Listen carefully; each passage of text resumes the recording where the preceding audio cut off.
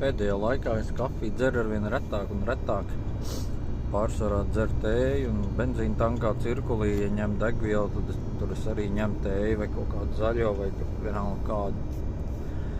Un šodien bija tāda bišķīt vēss, un es domāju, jāpaņem kafiju. Un es biju ievērojis, ka tur cirkulim tajā kafijas aparātā ir mača kafija. Likās, mača tā, vai te nebija ar kaut kāda tēja vai kaut kas tam līdzīgs. Šodien bija tāds fancy garstāvoklis, es domāju, jāpaņem kafiju.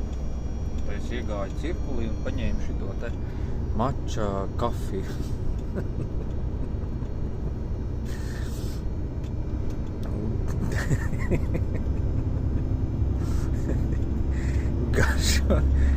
Garšo pēc kaut kādiem balderjāņiem tā mača kafija. Vajadzētu kādam kaķim parādīt, redzēt, ko tas teikt. Tā grūti saprast, vai nu pēc balderjāņiem, vai nu pēc...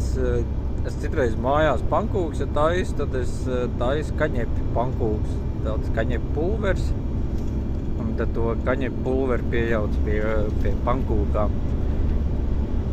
Un tad šitā te cirkuļa tā mača kafija arī garšo kaut kas pa vidu, vai nu tā kā kaņepes, vai nu kaut kādu balderjāņi. Es nezinu. Tev garšo mača kafija, ko? Tu esi dzēris. Otrais laikam es viņu neņemšu. Jā, es nezinu, vai ieteikt, ko es tur ieteiktu. Es taču nezinu, kas jums patīk, nepatīk, bet, es laikam otrais viņu vairāk neņemšu.